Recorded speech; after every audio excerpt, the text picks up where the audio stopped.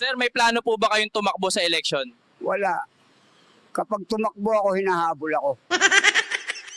Sir, paano nyo po matutulungan ang mahihirap? Hindi ko nga matulungan sarili ko eh.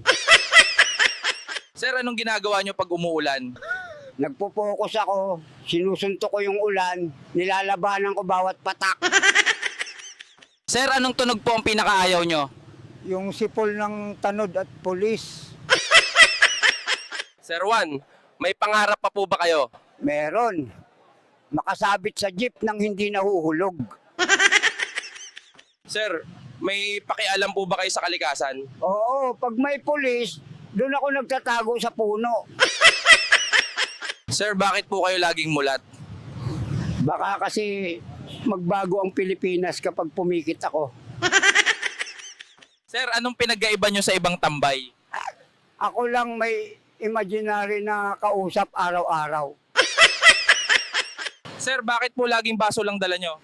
Kasi yan lang ang di ako iniwan kahit ilang raid na dumaan.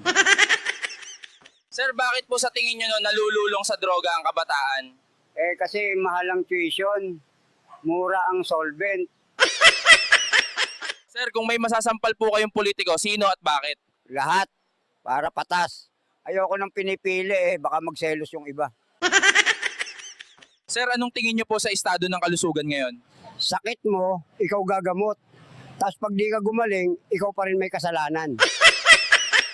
Sir, anong masasabi nyo po sa mga OFW? Saludo ako sa kanila. Kami, nagsasakripisyo sa inuman. Sila para sa pamilya. Sir, ano pong payo nyo sa Gen Z? Huwag niyo akong gayahin.